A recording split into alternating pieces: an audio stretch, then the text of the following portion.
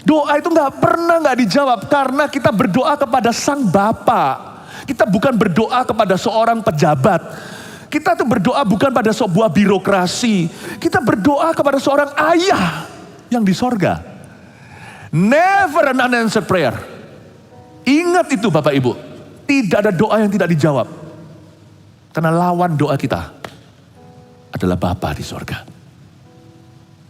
Yang murah hatinya. Itulah sebabnya Tuhan rindu kita meninggikan namanya. Karena Tuhan ingin kita dapat sesuatu dalam hidup ini.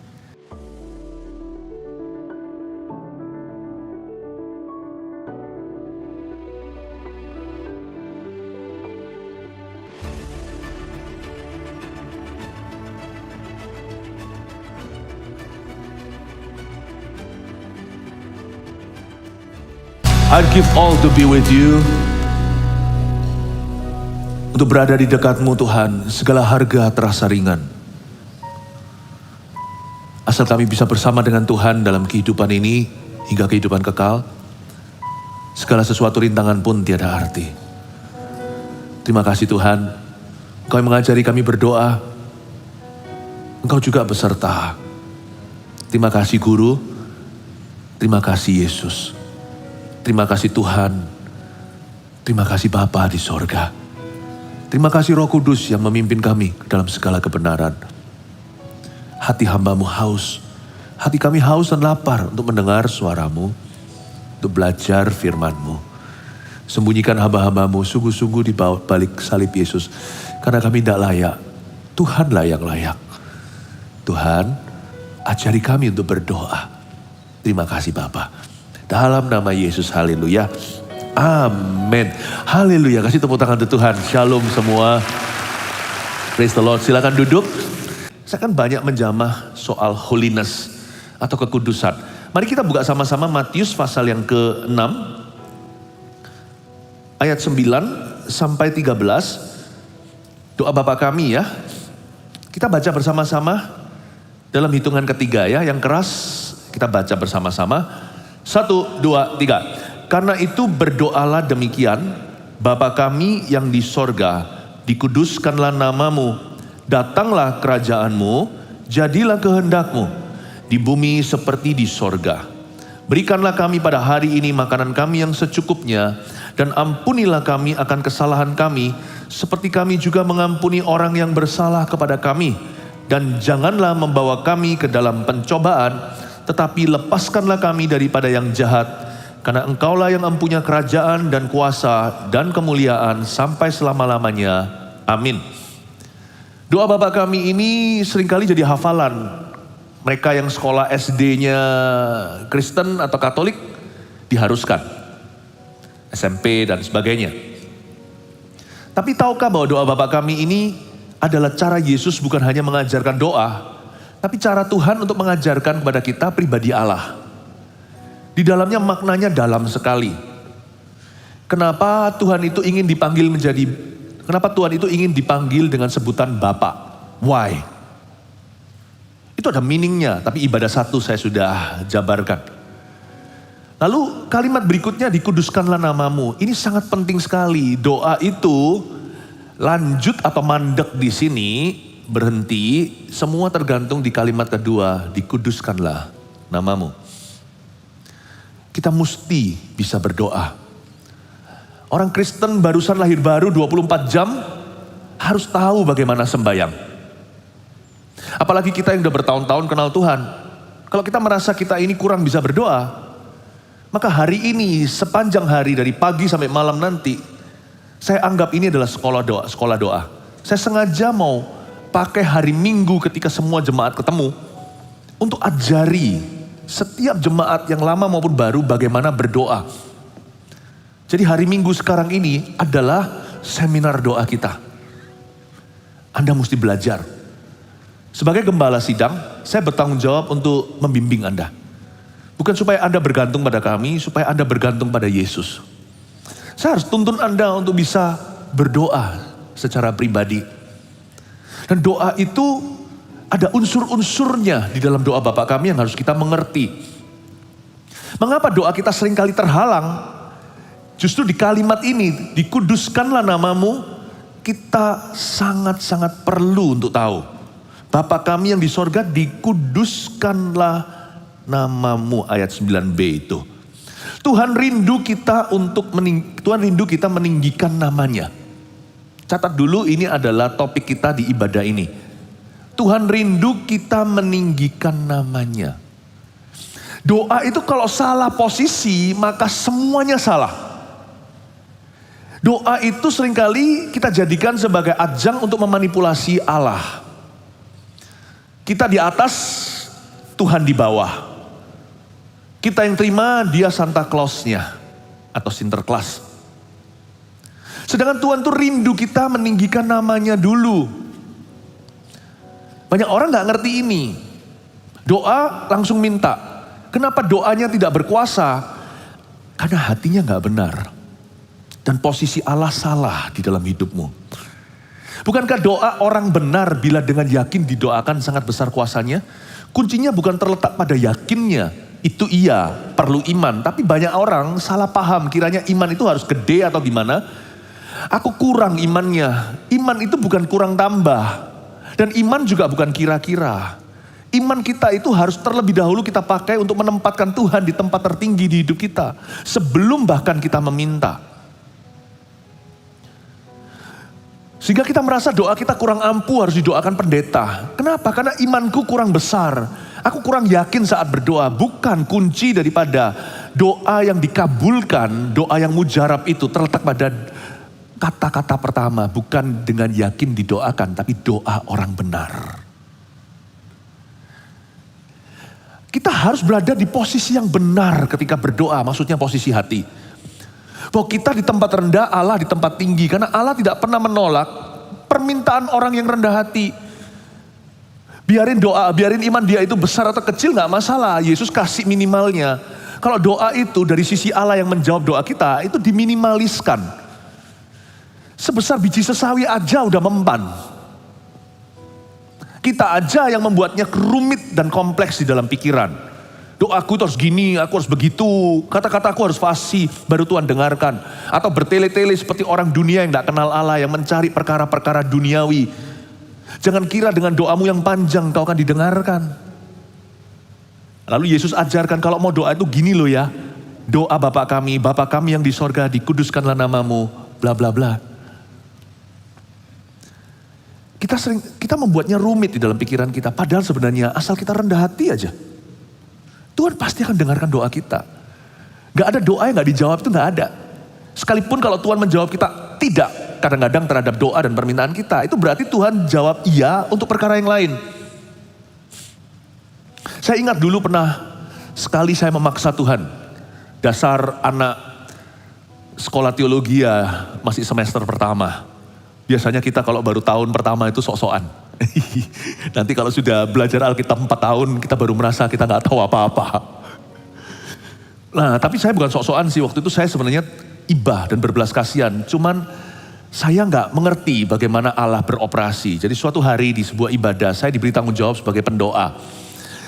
Gereja kami di Kanada waktu itu, gereja kecil saja, orang-orang Indonesia, jumlahnya gak sampai 100. Saya bertugas sebagai pendoa. Berdoa hari Sabtunya pukul 9 pagi, kita doakan untuk hari Minggu nanti ibadah. Lalu setelah itu pada hari Minggu saya dapatkan tugas untuk pada waktu altar call diadakan, saya turut mendoakan.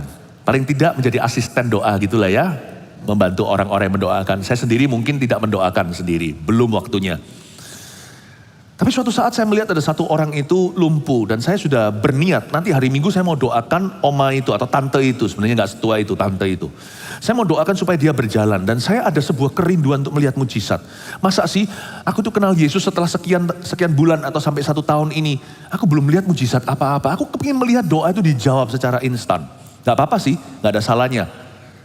Suatu keluguan atau sifat kekanak-kanakan dan Tuhan cinta loh. Ada sebuah pengalaman indah yang saya alami waktu itu. Saya berdoa, saya puasakan. Lalu saya mulai doakan tante itu dari sejak dia itu maju, minta didoakan. Saya doakan terus dengan teman-teman, sampai teman-teman gak ada satu pun yang berani hengkang. Saya doakan dan Anda tahu kan, sekarang mestinya Anda udah lebih kenal saya. Saya kalau doa itu sungguh-sungguh, saya tidak akan pernah mudah mendapatkan kata tidak sebagai jawabannya. Saya ini pantang menyerah orangnya. Jadi saya tangguh, saya berdoa. Sampai teman-teman saya capek. Sampai yang didoakan capek. Gak jalan-jalan, sampai dia berkata, gak apa-apa Philip, gak apa-apa. Dia berkata, Philip gak apa-apa, it's okay, gak apa-apa. Tante tetap gini aja gak apa-apa, gak apa-apa, sudah. Sampai tantenya itu mohon saya berhenti berdoa. Setelah 40 menit tentunya. Tapi saya berkata, enggak tante, dasar anak muda kurang hikmat. Saya doakan tante, kalau perlu saya mati di sini lah. Saya lupa, kalau saya mati di sini tante dia mati duluan. Elmi tahu ya di Vancouver gitu ya, ada tante-tante dulu juga di satu gereja sama saya di Kanada nih. Saya doakan tapi tante tuh berkata, aduh anak muda ini mungkin ya, saya rasa dia akan bersyukur. Tapi saya gak ngerti, sekarang saya baru paham. Ternyata kegigihan saya itu adalah syak bagi tante atau bagi seseorang. Saya doa. Akhirnya tahu gak? Tahu apa yang terjadi? Ada satu orang, istri hamba Tuhan, karena gereja itu rame-rame pakai. Kita orang Indonesia pakai gereja bule. Ada satu orang ibu pendeta, Bu Gem nih ceritanya, tidak pernah karismatik atau apa. Gak terlalu gitu-gituan. Tiba-tiba dapat penglihatan. Bahkan jauh sebelum tahun mimpi dan penglihatan kita. Seseorang dapat penglihatan. Lalu dia dari dapur di bawah naik ke atas. Kembali ke ruang sanctuary dan beritahu sama saya. Jesus says, I saw Jesus on the throne. Saya melihat Tuhan ada di tahta dan Tuhan berkata suruh Philip pulang. Bayangin Tuhan sampai suruh seorang yang non karismatik. Yang gak pernah dapat penglihatan. Suruh saya pulang. Kalau orang yang sudah biasa dapat penglihatan, apalagi yang suka ngeroh misalnya. Orang ngomong apa, dia sudah gak terlalu didengarkan. Ya biasalah orang itu kan suka melihat sesuatu. Tapi ini orang yang gak pernah gitu, alim-alim, berwibawa, gak percaya gitu-gituan. Pokoknya Alkitab saja, gak ada pengalaman, gak apa-apa. Tiba-tiba beritahu saya, suruh Philip pulang. Waktu itu ya saya nurut lah ya. Waktu saya lihat siapa yang bicara sama saya, loh orang ini kok bisa ngomong begitu. Pasti dia melihat sesuatu. Ketika saya mau amin, ada tangisan di sebelah situ. Tante ini tidak sembuh, orang lain sembuh di sebelah sana. Ketika Tuhan berkata tidak kepada satu request, Tuhan buka pintu yang lainnya. Waktu saya pulang, saya baru diberitahu bahwa ternyata, kalau nggak salah nih, putra anaknya daripada tante ini, jantungnya ada apa gitu, sembuh. Saya doakan mamanya, anaknya yang disembuhkan. Tapi saya tetap percaya, suatu hari saya akan lihat lumpuh berjalan. Bapak ibu saudara, tahukah bahwa ketika Tuhan seolah-olah tidak menjawab doa kita, Tuhan akan membuka pintu yang lain. Tidak ada doa yang gak terjawab, itu gak ada. Yang dijawab enggak pun itu ada jawabannya nanti. Enggaknya Tuhan pada sesuatu yang Anda proposalkan ke sorga, itu Tuhan akan iba dan membuka pintu yang lain yang Anda tidak doakan. Jadi doa itu investasi yang selalu kembali. Doa itu selalu kembali, kasih Allah pada kita tanpa pamrih. Tapi apapun yang dari kita ke Allah Bapa pasti akan turun. Apapun yang naik ke atas pasti turun kembali. Tidak ada doa yang tidak terjawab. Tangkap ini dulu, GR dulu. Makanya ada pepatah begini, seorang teman saya pernah katakan waktu saya di Vancouver, Kanada lagi. Dulu kakak rohani saya pernah ngomong begini, gak ada di Alkitab sih, tapi saya pikir-pikir cukup catchy ya, untuk diingat itu mudah. Banyak doa, banyak berkat. Kurang doa, kurang berkat.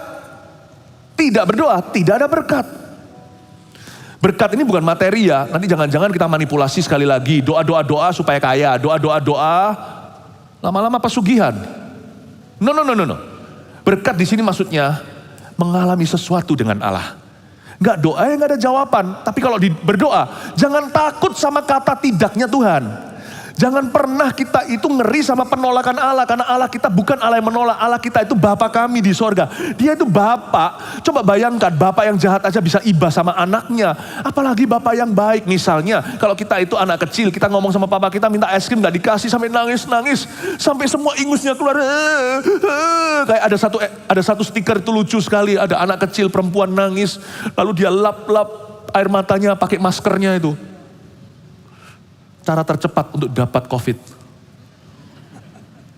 Tapi dia lap-lap gitu. Masa sih itu anak orang loh, itu hanya stiker aja loh. Tapi saya bisa rasa iba, kasihan ya anak ini ya, kalau ini anakku. Mungkin saya bilang tidak sama dia untuk gula-gula. Minimal kalau dia nangis itu, dia dapat pelukannya papa. Saya pasti, oke. Saya nggak bisa dimanipulasi anak saya dari kecil. Kalau saya sudah bilang tidak, ya tidak. Anak saya kalau nangis, saya nggak marahi. Saya peluk dia, boleh. Enggak. Tapi dapat pelukan. The least you can get out of your prayer, yang paling dikit yang bisa Anda dapatkan dari doa adalah intimacy with God. Keintiman dengan Tuhan. Dan itu bukan the least loh, itu bukan sesuatu yang kecil loh, itu sesuatu yang besar. Belum lagi mungkin saya bilang tidak. Saya ngomong enggak, saya larang anak saya untuk makan permen, contohnya. Tapi bisa jadi gara-gara itu saya belikan dia sepeda. Besok saya mau buat hatinya riang gembira. Saya kasih dia sepeda, mungkin masih ada roda 4-nya, dia belum bisa. Dia nggak dapat gula-gula, dapat sepeda. Doa itu nggak dijawab karena kita berdoa kepada Sang Bapa. Kita bukan berdoa kepada seorang pejabat. Kita itu berdoa bukan pada sebuah birokrasi. Kita berdoa kepada seorang ayah yang di sorga. Never an unanswered prayer. Ingat itu Bapak Ibu. Tidak ada doa yang tidak dijawab. Karena lawan doa kita adalah Bapa di sorga. Yang murah hatinya. Itulah sebabnya Tuhan rindu kita meninggikan namanya. Karena Tuhan ingin kita dapat sesuatu dalam hidup ini. Karena ketika Tuhan di atas, mudah berkatnya turun. Tapi ketika Tuhan di bawah, Tuhan akan mengoreksi Anda. Loh kok aku di sini, kamu di sana? Loh katanya udah terima Yesus kok, yang ditata adalah dirimu. Bukan putra Allah. Wah. Buang-buang waktu, diputar-putar di padang gurun untuk diproses oleh Allah. Nggak usah salah aja kita diproses sama Tuhan kok. Apalagi kalau salah, betapa panjang prosesnya, paham maksud saya. Kebanyakan orang itu, karena salah berdoa, apa yang Anda doakan hendak kau pakai untuk memuaskan hawa nafsu. Diproses sama Tuhan panjang. Harusnya 4 tahun aja kelar, Anda 40 tahun. Tahu nggak? Banyak orang hari ini, janji Tuhan lamban dalam hidupmu bukan karena Tuhan itu melatihmu untuk menanti. Tapi karena salah sendiri. Ada sesuatu yang di-hair sama Yesus lagi dan lagi dalam kehidupan Anda.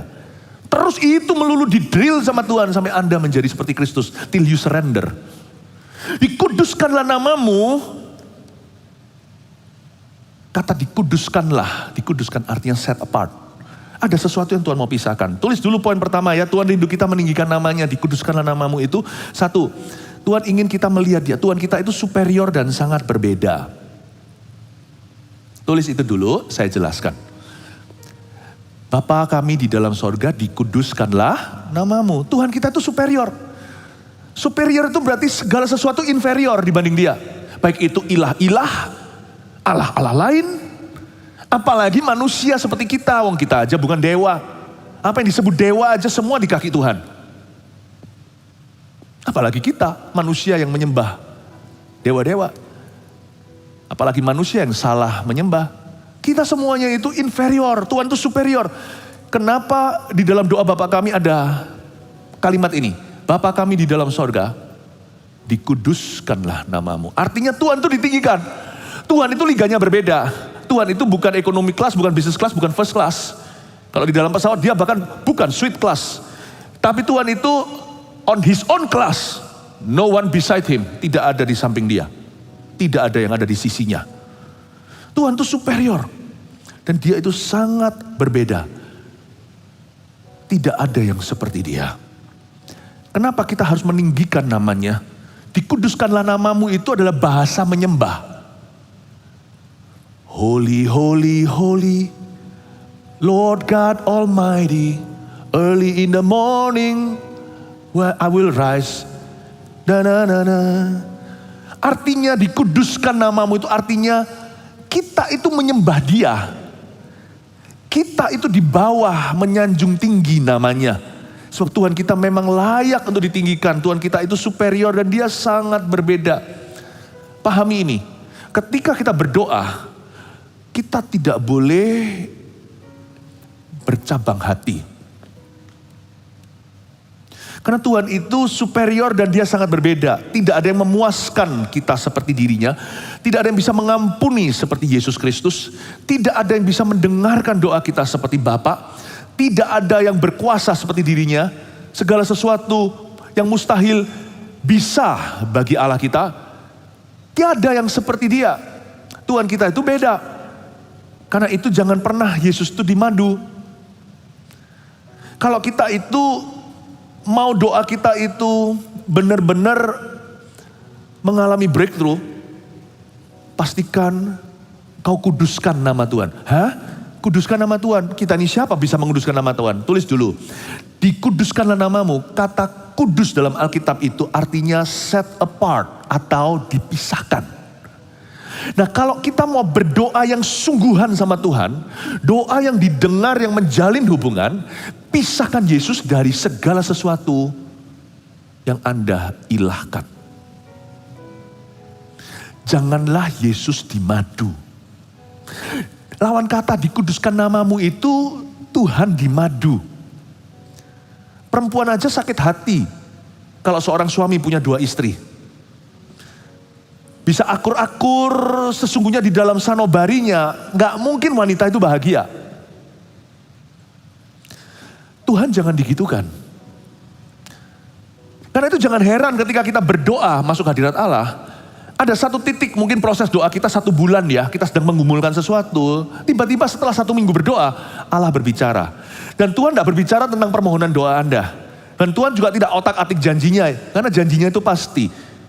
Tiba-tiba Tuhan keberatan sesuatu. Nah itu dengarkan loh. Itu bagian dari proses doamu. Kata dikuduskan namamu itu sebuah level ketika kita itu diajari untuk sungguh-sungguh menyerahkan kepada Tuhan. Nah banyak orang itu berdoa itu coba-coba. Sama Tuhan itu trial dan error. Yesus dijadikan salah satu daripada opsi yang ada. Nah disitulah doamu tidak manjur. Doamu gak didengar. Karena Tuhan tahu hatimu bercabang. Demikian pula imanmu. Waktu ada seorang muda berdoa. Dia berdoa minta sama Tuhan. Agar hidupnya dipakai. Dia mintanya pemakaian Allah. Tiba-tiba bisa lewat sebuah mimpi atau kesadaran. Atau ditegur oleh saudara seiman. Di hari-hari ketika dia berdoa itu. Tuhan memberi dia koreksi, pacaranmu tidak benar. Kamu pacaran dengan yang tidak seiman. Padahal dia minta supaya diurapi, kok Tuhan otak-atik love life atau kehidupan cintanya. Karena Tuhan gak mau kita doa itu lip service, Tuhan gak mau doa itu hanya permukaan. Doa itu mengubah orang yang berdoa terlebih dahulu sebelum mengubah situasi dan kondisinya. Sebelum mengubah keadaannya, karena ketika Tuhan membawa mujizat itu, Tuhan mau agar Anda yang berdoa itu mengalaminya bukan sehari sebulan. Tapi supaya Anda berjalan dalam kebajikan dan kemurahan. Karena itu seringkali dalam proses doa kita dikoreksi sama Tuhan di tengah-tengah. Karena ada sesuatu yang unholy in your life. Ada sesuatu yang tidak kudus di hidupmu. Sebab kata kudus itu berarti dipisahkan. Tuhan gak suka Anda jadikan Tuhan dan sesuatu yang lain adalah Allah. Seperti Tuhan disuruh tinggal sekamar dengan ilah-ilah. Tuhan gak mau. If you come to me, then you come to me. Don't come to him, don't go to him.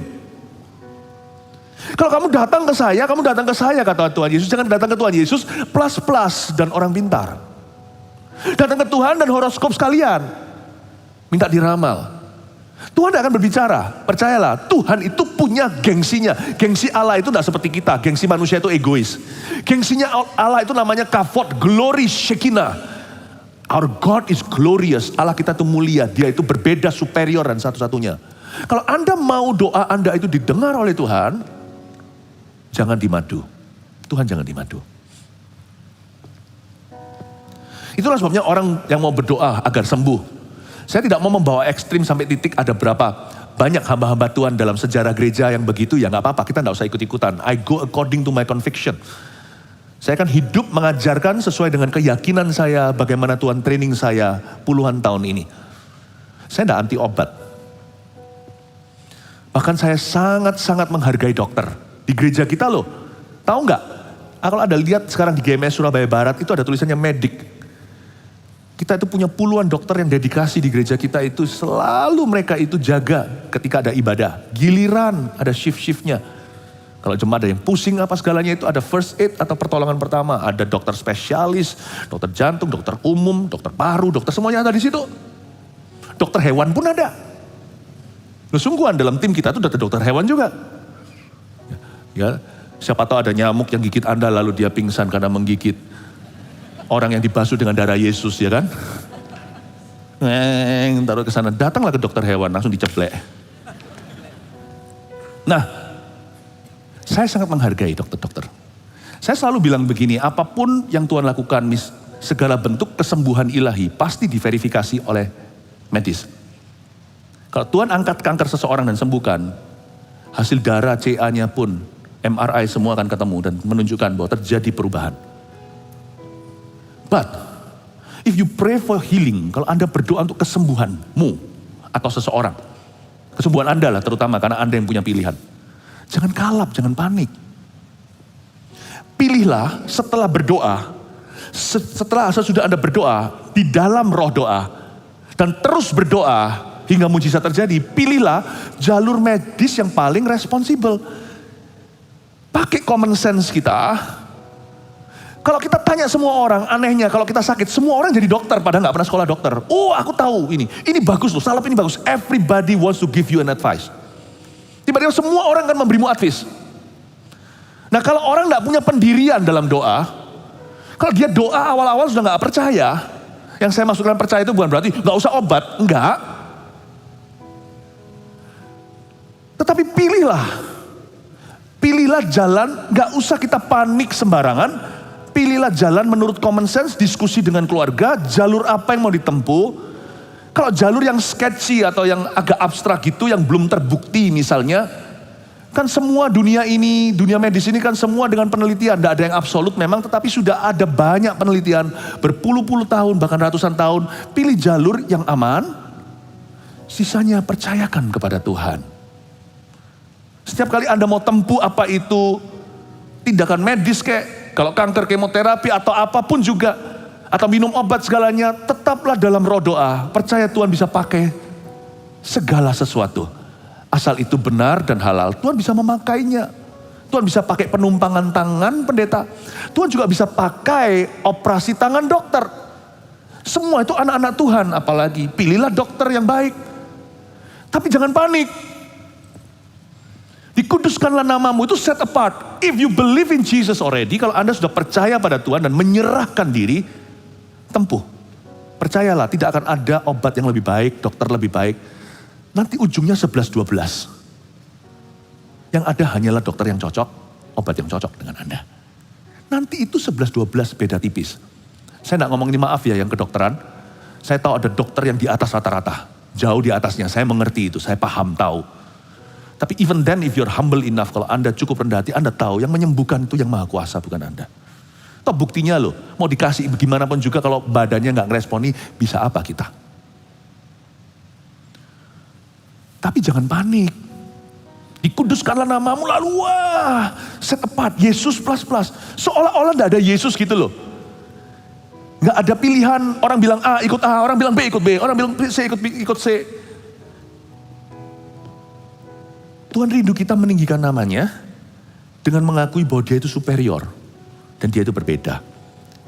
Janganlah panik sembarangan sendirian. Dikuduskan itu artinya distinguished atau set apart. Tuhan itu terpisah. If you believe in Jesus, believe in Jesus. Believe responsibly.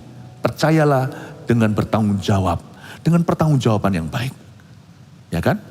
Kalau memang Tuhan, maaf ya, kalau memang Tuhan berkata sudah selesai waktumu, mau 10.000 dokter menanganimu, mati di meja operasi. Kalau Tuhan berkata panggil nomormu, mati. Kalau Tuhan bilang gak mati, mau diapain juga gak? Ya, diapain ya mati. Itu pilihan manusia karena Tuhan memberi pilihan kepada kita. Tetapi Tuhan akan melindungi.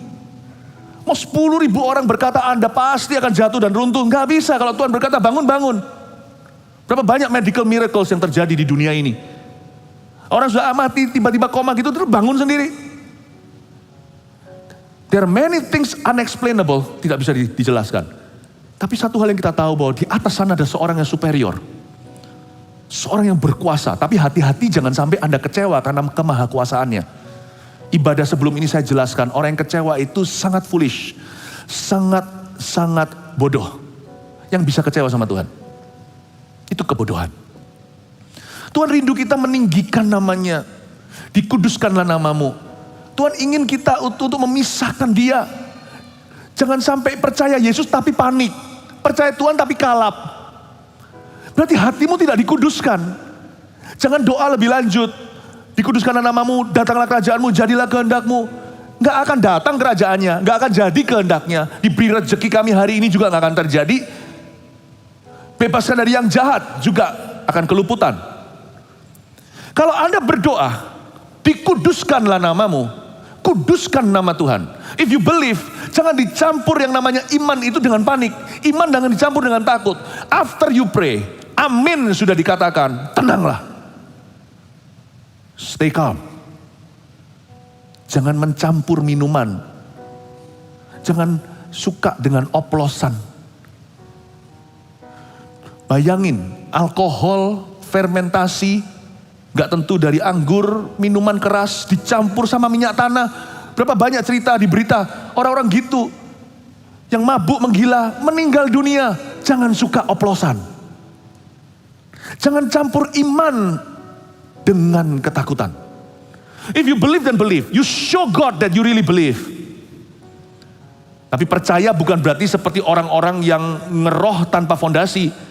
Percayamu diikuti dengan tindakan-tindakan yang responsibel yang dapat dipertanggungjawabkan. But believe, jangan dicampur dengan rasa takut. Kenali bahwa dia itu superior dan dia itu berbeda. Akui itu dengan segenap hatimu, Tuhan kau bisa. Dan juga Tuhan paling benci kalau setelah kita itu sembah Tuhan, lalu habis itu masih pakai hal-hal yang Alkitab sendiri katakan itu mendukakan hati Allah. Itu adalah praktek-praktek penyembahan berhala. Okultisme juga. Tuhan gak suka begitu. Orang percaya katakan Tuhan hidupku di tanganmu. Lalu habis itu lihat-lihat ramalan terbaik apa untuk saya bulan depan. Kira-kira ini menghadap kemana dan sebagainya. Don't do that. If you want to do that, then believe that. Percaya itu. Tinggalkan Yesus. Jangan Yesus dimadu. Dikuduskanlah namamu itu artinya nama Tuhan itu di atas segalanya. Allah di atas segala Allah, Tuhan di atas segala Tuhan, Raja di atas segala Raja. Satu-satunya. Kalau mau pakai cara Tuhan, jangan dicampur dengan cara-cara yang Tuhan katakan jangan. Itu Tuhan paling benci. Makanya itu ada orang yang bisa berdoa di gereja, tidak mengalami apa-apa. Karena dirinya mendua hati. Amin. Tuhan kita itu superior dan sangat berbeda. Dikuduskan namamu. Dan ada waktunya, ada kalanya, Anda berdoa untuk bisnis Anda. Tuhan kasih aku kemenangan, bisnis kok gak menang-menang. Lalu sementara Anda berdoa untuk bisnis, hari-hari itu Tuhan bicara sama Anda soal pengampunan. Mengampuni orang yang bersalah kepadamu, berarti di dalam dirimu ada kepahitan. Apa hubungannya sama bisnis? Aku datang sama Tuhan, bawa bisnis kok. Tuhan bawa kasus lama ke aku. Nah, itu berarti Tuhan niat untuk menjawab doamu, tapi ada penghalangnya. Yesaya bilang begini, apakah telingaku itu tuli untuk mendengarkanmu? Apakah tanganku kurang panjang untuk menolongmu? Yang menjadi pemisahmu dengan Allahmu adalah dosa-dosamu. Dikuduskanlah namamu, ini sebuah aspek. Ketika Tuhan berkata, hold on a second, di mana terjadi intermezzo dan interupsi ilahi, ada intervensi, sembari kita masih berdoa. Doa itu kan bukan sekali atau sekali-kali. Doa itu sebuah proses hingga dijawab, ya kan? Dan ketika kita dalam proses doa itu, tiba-tiba Tuhan ngomong sesuatu yang lain. Perhatikan, itu bagian dari proses doa itu untuk menjawab doamu. Tapi Tuhan berkata, itu harus pergi dulu. Kalau itu gak pergi, gak datang kerajaanku dan gak jadi kehendakku. Sebelum itu terjadi, harus ada penggenapan. Dikuduskanlah namaku dalam hidupmu. I want that to go. I want you to forgive. Kamu kepahitan gini terus gak bisa. Aku udah akan pulihkan keluargamu. Kalau kamu keras seperti itu terus dengan pendapatmu, seringkali bukan dosa. Dosa itu bukan sesuatu perbuatan. Kadang-kadang pikiran. Aku ya begini kok. Lalu mungkin Tuhan sedang melakukan sesuatu yang baru dalam hidupmu, Anda menentangnya. Anda merasa ya selama ini aku ya begini, tapi Tuhan mau melakukan sesuatu yang baru dan akan mengajari Anda untuk mengerti. Anda gak mau, kita berkata gak mau, aku mau begini. Lihat ya, Anda bisa doa mati-matian untuk kebutuhanmu itu. Doain sampai jengking-jengking gak akan ada kemajuan. Waktu Tuhan bicara sesuatu yang lain, tiba-tiba dalam sebuah proses doa, dan itu tidak berkenaan, seolah-olah tidak berhubungan, perhatikan, God wants that before He will answer your prayer. Tuhan mau itu sebelum Tuhan akan menjawab doamu. Karena itu bagian dari dikuduskanlah namamu. Itu bagian dari memisahkan sesuatu daripadamu. Seperti memisahkan tembaga dari emas lewat perapian. Ketika Tuhan berkata, aku mau tembaga itu, berarti Tuhan sebentar lagi akan membalasmu 24 karat. Amin. Ya, Tuhan rindu kita meninggikan namanya. Selain itu, bukan hanya bicara soal holiness. Kalau di ibadah satu tentang intimasi, keintiman, yang kedua ini tentang kesucian. Kata holy itu artinya set apart. Tapi kalimat dikuduskanlah namamu itu juga sebuah kalimat penyembahan. Kenapa Tuhan itu waktu kita berdoa Bapa kami dikuduskanlah namamu. Tuhan itu ajari kita, dorong kita untuk suka memuji. Karena itu kalau kita datang dalam gereja, sekarang saya bicara tentang konteks gereja ya. Jangan di skip puji-pujian dan penyembahan. Ada orang-orang Kristen yang begini, dia cuma mau datang untuk dengar khotbahnya. Oke sih. Itu pun ya biasanya Anda lihat ya, orang yang begitu, itu pun orang yang gitu pasti nggak bisa dia juga akan pilih-pilih pengkhotbah. Kalau hati orang itu nggak menyembah, dia nggak akan bisa ngerti kehendak Allah. Dia akan pilih orang-orang yang menyenangkan telinganya. Bapak Ibu Saudara, sebagai jemaat, kita jangan lewatkan karena satu ibadah misalnya. Pujian penyembahan itu bagian daripada Anda datang berbakti kepada Tuhan. Dahulu, sekarang enggak pernah sih. Sekarang kalau saya lihat jemaat itu datangnya early, selalu awal-awal dan dini. Dahulu, selalu ada fenomena gini di gereja-gereja. Ya kan? Pujian penyembahan itu orang-orang lewatkan. Jangan. Karena pujian penyembahan adalah bagian daripada doa Bapa kami. Dikuduskanlah namamu. Ketika kita cry out dan berseru, holy, holy, holy. Itu lanjutannya, datanglah kerajaanmu, jadilah kehendakmu. Jadi jangan pilih-pilih. Kalau Anda dan saya biasa untuk, gampang pujian gak apa-apa. Yang penting kita arrive sebelum firman. Diubah paradigmanya. Doa itu sebuah keseluruhan. Tidak bisa dipisah-pisah. Doa tidak boleh dimutilasi. Makanya itu saya dorong Anda, kalau mau datang ibadah, sekarang saya bicara tentang konteks jemaat. Karena Allah itu kudus dalam bait sucinya. Jangan salah ya, saya nggak berkata bahwa Allah hanya kudus di dalam gereja. Allah kudus di mana-mana. Makanya saya selalu dorong orang Kristen harus luar dalam sama. Termasuk luar dan dalam gereja. Tapi Allah itu kudus di dalam bait sucinya juga. Meskipun ada ayat di perjanjian lama, Tuhan itu besar hingga di luar tembok Israel. Tapi jangan lupa, Allah itu besar di dalam Israel juga. Allah itu hadir di bait sucinya. Yesaya pasal 6 ketika dia mengalami panggilan secara nyata. Tuhan sedang berada di bait sucinya, suci dan kudus. Malaikat berkata, holy, holy, holy. Dan punca jubahnya memenuhi bait suci. Ketika itu, seorang nabi muda berkata, aku tidak layak untukmu. Lalu ada batu bara api dari sorga yang menjamah lidah bibirnya. God is holy. Makanya kalau kita sungguh-sungguh niat sama Tuhan, tunjukkan. Tadi pagi saya jelaskan, kalau sama Tuhan itu kita juga harus orangkan. Karena orang manusia itu dicipta dalam gambaran rupa Allah. Kadang-kadang kita tuh berhubungan dengan Tuhan itu bayangkan seperti kita berhubungan dengan seorang manusia. Tapi kita hargai setinggi-tingginya lebih dari pejabat, jenderal, presiden, perdana menteri, dan raja di bumi. Gak mungkin kan kita datang telat-telatan itu gak mungkin. Kalau presiden datang, kalau ada pejabat, kalau Anda mau ketemu pejabat, Anda yang tunggu pejabat, bukan pejabat yang tunggu Anda. Kalau nggak percaya, coba lihat kalau Anda satu pesawat, ada protokolnya, bahkan pesawat pun akan di-delay kalau beliau belum datang. Jangan lupa, Tuhan di atas, kita ini rakyat, dia itu raja. Tapi kalau orang datang ke gereja dengan mentalitas seorang raja, anak raja boleh, tapi dia bukan rajanya sih. Apakah Tuhan itu gak melihat ya di bait suci? Di setiap gereja itu ada CCTV yang bukan CCTV duniawi. Mata Tuhan melihat. Coba baca di kitab Wahyu. Ada 7 mata Roh Kudus. Bukan Roh Kudus, 7 Roh Allah. 7 mata. Itu bukan berarti Roh Kudus itu ada 7.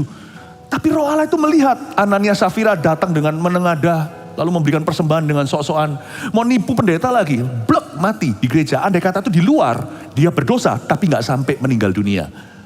Tapi karena dia berdosanya di tempat yang disakral kuduskan oleh umat Tuhan. Sebagai tempat kemah pertemuan umat Allah dengan Allahnya. Dead meat di situ. Dikuduskanlah namamu itu berarti sikap kita menyeluruh. Karena Tuhan layak. Nomor 2 tuh munculkan dulu. Tuhan layak. Tuhan kita itu layak terima segala pujian, hormat, dan kuasa. Bukan hanya pujian, tapi juga harus hormat. Karena dia yang berkuasa. Nanti doa Bapa kami diakhiri dengan karena engkaulah yang punya kerajaan, kuasa, dan kemuliaan. Karena dia yang berkuasa. Dia lebih daripada pejabat yang berkuasa. Dia maha kuasa, tiada tandingannya. Dia superior dan berbeda. Pastikan dia layak terima segala pujian dan hormat. Kita pengkhotbah berkata, kalau kita datang ke rumah Tuhan, datanglah untuk banyak mendengar, bukan banyak berbicara. Makanya kalau kita datang ke rumah Tuhan itu, datang untuk bertobat boleh, datang untuk belajar, dengarkan dulu, daripada datang udah muring-muring dan berkata, aku kecewa sama engkau. Hati-hati, pemimpin pujian dan gembala sidang, pengkhotbah tidak bisa mendengar, tapi Roh Kudus itu mendengar apa yang Anda katakan. Makanya itu, kalau kita datang kepada Tuhan, datang ke gereja misalnya, kita akan datang untuk memberi Tuhan hormat. Karena Tuhan itu layak menerimanya. Tuhan rindu kita meninggikan namanya. Puji-pujian penyembahan itu bagian daripada berbakti, daripada beribadah. Itu bagiannya. Alangkah baiknya juga, saya bicara dalam konteks gereja dulu ya. Kalau kita datang ke ibadah, memang kita mau memberikan persembahan yang adalah bagian dari penyembahan disiapkan dari rumah. Jadi bukan, oke, nggak gitu. Karena Anda nggak begitu. Memberi amplop aja kepada orang-orang yang berkuasa, Anda siapkan. Nggak enak ya ngomongnya, itu kan kayak seperti gratifikasi. Ini bukan, jangan anggap pejabat. Anda datang ke rumah Papa, Cynthia. Di rumah kami, karena kami sekarang sudah menjadi anak-anak dewasa. Orang tua kami sudah punya cucu. Jadi Cynthia gitu, udah dibiasakan udah tahunan ini, puluhan tahun kami menikah. Kalau Cynthia itu malah justru bukannya yang tua kasih yang muda. Tapi kalau orang tua kita sudah menjadi lansia, kita ini loh yang sudah usia kerja datang itu sudah siapkan amplop. Biasanya sudah disiapkan oleh istri saya. Amplopnya itu yang bagus, bukan angpau-angpauan yang murahan. Yang bagus, yang disimpan setahunan, ditunggu nanti, diisi cash, kasihkan ke papa mama. Siapkan dari rumah. Gak impulsif. Dan kalau datang juga datang early. Kita gak usah pakai pakaian yang mahal. Karena Tuhan tuh ngerti kemampuan kita. Tapi pakaian yang sopan. Saya sih, ini bukan benar atau salah. Karena ini semua subjektif ya. Tapi ini juga pesan pengembalaan. Kalau di Amerika sekarang trennya lebih ke seperti ini. Kalau di negara-negara barat. Orang-orang datang ini, maaf, segala kesamaan tidak ada kesengajaan. Ya kan? Tapi biasanya orang-orang datangnya nyantai pakai celana pendek, pakai sandal jepit ke gereja. Saya ngerti sih, sejak zamannya Vineyard dulu di Amerika. Jadi konsepnya mereka adalah, kita kan kayak pulang ke rumah. Oke sih, saya tetap beda. Saya mau bawa gereja yang saya pimpin agak beda sedikit. Kalau Korea lain, ke gereja hitam putih, kasih. Prancis juga sama, saya khotbah di Prancis waktu itu, di gereja di Paris, berapa ribu orang ya waktu itu yang saya khotbah. Satu kali ibadah 7.000 kalau nggak salah. Wah semuanya full. Black tie, jas, semuanya, hari Minggu. Nah kalau kita terapkan yang kayak begitu, habis di fashion nanti. Saya dorong Anda minimal bayangkan ini. Anda mau ketemu Papa waktu Cynthia. Kalau ini yang bukan suku Tionghoa nggak apa-apa. Bayangkan kalau Anda lagi hari raya apa. Anda datang. Enggak lah, saya enggak akan pakai begitu. Karena sehari-hari saya sudah begini. Sehari saya sudah pakai celana koloran gitu. Kan saat teduh kan enggak usah pakai jas. Secara pribadi. Tapi setiap minggu begini itu kan sesuatu yang kita tunggu-tunggu. Apalagi ada saudara-saudara seiman yang lainnya. Pakailah yang sopan. Kalau bisa, saya yakin Anda pasti punya sepatu. Pasti, kalau enggak minta, kita kasih. Pasti punya. Enggak usah mahal. Usahakan kita sopan datang. Menampilkan yang terbaik pada Tuhan. Tapi aku enggak pelayanan, enggak apa-apa, pelayanan. Kita enggak usah sesuatu yang mahal. Sepatu yang saya pakai ini loh, enggak usah dilihat ya, malu saya. Udah 10 tahun sama saya. Enggak harus sesuatu yang baru. Paham maksud saya, tapi kita mau memberikan yang terbaik kepada Tuhan. Datang early, duduk dulu. Memberi Tuhan hormat. Tapi kan bisa Pastor Philip di luar sana. I know, tapi gereja kan juga gereja. Gereja juga sebuah tempat kita demonstrasikan kepada Tuhan hormat. Lalu setelah pulang terus kita keburu-buru seperti zaman dulu. Sekarang sih nggak ada sih, puji Tuhan. Nggak usah tergesa-gesa, lari ke parkiran, rebutan untuk keluar dulu. Sedangkan kita di pesta pernikahan aja nunggu sampai pengantin dengan semua keluarganya itu babai-babai dulu kok, dada-dada. Kalau orang cuma datang makan ya begitu. Tapi kalau orang datang itu mereka dikenal dan mereka mengenal dan kerabat dekat dan saling hormat. Nggak mungkin lah. Saya yakin pasti pamit dulu, permisi saya jalan dulu ya. Nggak mungkin nggak. Doa berkat itu kayak pamitan. Tuhan itu layak terima segala pujian, hormat, dan kuasa. Doa Bapa kami itu ajarkan kita santun sorgawi, paham maksud saya? Doa Bapa kami, kelihatannya hanyalah hafalan Bapa kami dalam sorga dikuduskanlah namamu. Tapi kata dikuduskanlah namamu itu berarti kita mengakui bahwa dalam apapun yang berhubungan dengan Tuhan, baik itu pribadi maupun korporat, Tuhan itu layak dari saya dan keluarga saya. Terima segala pujian, terima hormat, dan terima kuasa. Itu dia. Jadi seperti dikatakan di Wahyu pasal 4 ayat 11, Yesus Tuhan dan Allah kami, Engkau layak terima segala puji-pujian, hormat dan kuasa, sebab Engkau telah menciptakan segala sesuatu, dan oleh karena kehendak-Mu semuanya itu ada dan diciptakan. Tuhan rindu kita meninggikan namanya. Terakhir, karena Tuhan bertata di atas puji-pujian kita untuk menolong kita. Tulis ini. Semua yang Pastor Philip katakan itu berarti Tuhan gila hormat. Enggak. Sebenarnya ya, Tuhan itu gak perlu hormat dari kita. Soalnya dari malaikat itu udah berlebih-lebihan. Gunung itu aja hormat sama Tuhan. Burung berkicau tuh hormat sama dia. Singa di padang ketika mengomong, siapa tahu artinya adalah terima kasih Bapa untuk kijang di depanku ini. Iya kan? Sebenarnya Tuhan gak perlu hormat. Jadi bukan Tuhan gila hormat. Saya tunjukkan ya, intention Tuhan tuh punya goodwill. Bahwa kalau kita menyebut dikuduskanlah namamu, itu berarti Tuhan bertata di atas puji-pujian kita. Tuhan bertata di atas pujian kita itu juga akhir-akhirnya ujung-ujungnya untuk nolong kita. Karena Tuhan itu kalau berada di atas pujian kita, kalau kita menghormati dia, bukan dia yang diuntungkan. Karena Tuhan itu maha cukup, berlebihan. Gak perlu apa-apa dari dirimu dan diriku, tangan manusia yang kotor dan gak sempurna. Jadi kalau sampai kita yang meninggikan Tuhan, Tuhan bertata di atas pujian, Tuhan gak jadi lebih Tuhan gara-gara kita, tapi kita jadi dekat sama Tuhan. Kalau Tuhan ditinggikan di atas puji-pujian, ujung-ujungnya itu untuk nolong kita. Misalnya Paulus di penjara di Filipi. Ketika dalam konteks seperti itu, dia tinggikan Tuhan, dikuduskanlah namamu. Di penjara aja dia bisa kuduskan nama Allah. Dia tidak menghujat, mencerca. Tuhan gak sembarangan, gak menyebut nama Tuhan dengan sembarangan. Dia itu respect banget sama Tuhan. Dia itu honoring sekali, sangat-sangat hormat. Sangat xiaoshun, sangat condong, sangat-sangat respect, sangat-sangat tunduk, sangat takut dan gentar. Tetapi penuh dengan kekaguman, bukan ketakutan sama Tuhannya. Kalau kita bisa melestarikan sikap, attitude, sikap hati seperti itu. My goodness. I want to be prayed for by you. Saya ingin didoakan oleh Anda. Karena orang gitu itu dekat sama Tuhan. Kata-katanya pasti Tuhan anggap serius. Tuhan gak gila hormat. Kalau kita tinggikan dia, ujungnya untuk menolong kita. Karena saya punya satu pepatah kata-kata ini yang selalu saya pegang di hati saya. God helps us best when He's above us. God helps us best when He is above us. Tuhan itu menolong kita. Paling mudah adalah jikalau dia ada di atas kita. Sebab kalau Tuhan di bawah kita, Tuhan harus koreksi kita dulu. Belum sampai ngomong soal menolong. Misalnya, coba bayangkan ya. Papa di sini, suami istri, kalau anak Anda masih kecil. Kalau anak Anda kurang ajar terhadap mama, seorang papa jangan manjakan ya. Anda harus tegur. Kok gitu sama mama? Siapa tahu kalau anak Anda itu respect sama Anda, hormat. Tapi sama mamanya gak respect, tapi celaka lagi. Kalau dia gak respect sama papanya, mamanya diam aja.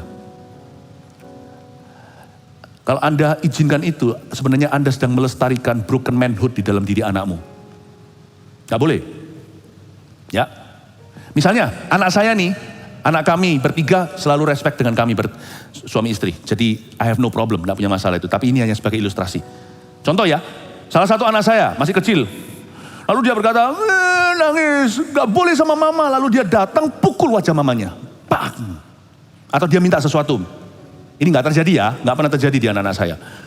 Cuman dia minta sesuatu, misalnya dia minta dibelikan sesuatu. Dan saya tahu itu baik, itu perlu. Tapi mamanya bilang nanti dulu, dia datang tampar mamanya. Saya bilang, semua kebutuhanmu semuanya ngomong nanti. Saya urus dulu, dia tampar mamanya. When God is not above you, He will not pay attention to your prayer. He will fix first of all your character. Waktu Allah tidak ada di atasmu, Dia tidak akan memperhatikan doamu. Sebab sebelum Tuhan lakukan itu, Dia harus memperbaiki dulu karaktermu. Makanya tidak ada yang perlu fixing, tidak ada yang perlu diperbaiki waktu Paulus di penjara. Yang tersisa bagi Allah lakukan dalam kehidupan hamba-hambanya adalah mengirimkan mujizat, menggoncang sel itu, dan mengeluarkan dua hamba Tuhan, Paulus dan Silas. God has got nothing else to do, but to show them His power. Tuhan tidak punya urusan lain lagi, udah kelar semua, kecuali satu, menunjukkan kuasanya ketika mereka meninggikan Dia. Kalau Paulus dan Silas ngamuk-ngamuk di sel itu, melayani Tuhan dapat apa? Dipasung kan, sakit lo itu. Pinggangnya, itu pasti sakit sekali. Dia pasti berkata, kalau dia berkata, Tuhan loh, kita hamba-hamba Tuhan kok tidak dapat perkecualian. Kenapa kita disalah ngerti? Kenapa aku berakhir di sini? Nanti ya, Tuhan belum bisa jawab doanya. Belum kepikir, Tuhan terpikir segala sesuatu, tapi ini bahasa manusia ya, tolong pahami. Belum kepikir untuk menunjukkan kuasanya. Tuhan ada gawean baru. Harus perbaiki mulutnya dan karakternya. Kenapa aku hamba Tuhan kok berakhir di sini? Mana Tuhan kok gak dengar? Orang lain sembuh. Kenapa aku tidak mengalami mujizatmu? Wah, Tuhan berkata, nanti dulu. Malaikat, kamu apa? Aku mau bebaskan, Tuhan. Nanti dulu. Aku masih punya satu urusan. Aku punya mendewasakan mereka. Tuhan pasti bicara seperti Tuhan bicara sama Ayub. Ayub sebelum mengalami mujizat, ada satu episode kalau Anda baca. Tuhan koreksi dulu dia, padahal dia juga gak menghujat Tuhan, tapi dia ngomel. Tuhan harus perbaiki omelannya. Tapi ketika hamba Tuhan ini, Paulus dan Silas, hanya meninggikan dia, memberi dia hormat, dikuduskanlah namamu. Ketika namanya sudah kudus, apalagi kalau enggak demonstrasi. Ketika namanya sudah set apart, udah terpisah, udah kudus satu-satunya, tiada lain di samping dirinya. Ketika sudah lengkap, Tuhan berkata, apalagi? Tuhan berkata sama malaikat-malaikatnya, nunggu apalagi kalian? Buka tuh penjara. Buka segera. Aku sudah gak ada kerjaan. Jangan suruh Tuhan ngembur. Orang-orang udah kelar, gak perlu diher, dia sudah wisuda. Kalau sudah wisuda, cepet turun, kasih dia toga. Toganya pindah dari kiri ke kanan. Buka tuh pintu penjara. God helps us best when He's above us. But when He is under you, He will fix you. Tuhan menolong kita paling tepat, paling mudah. Kalau Dia ada di atas kita. Tapi kalau Dia di bawah kita, Dia harus perbaiki dirimu terlebih dulu. Tuhan bertata di atas puji-pujian, dikuduskanlah namamu untuk menolong you and me, untuk menolong Anda dan saya. Tahukah, ujungnya bukan Tuhan gila hormat. Tuhan mau menolong Anda dan menyatakan kuasanya. Hormati Dia, kuduskan namanya, dikuduskanlah namamu. Ya Bapa, berikan tepuk tangan untuk Tuhan, haleluya.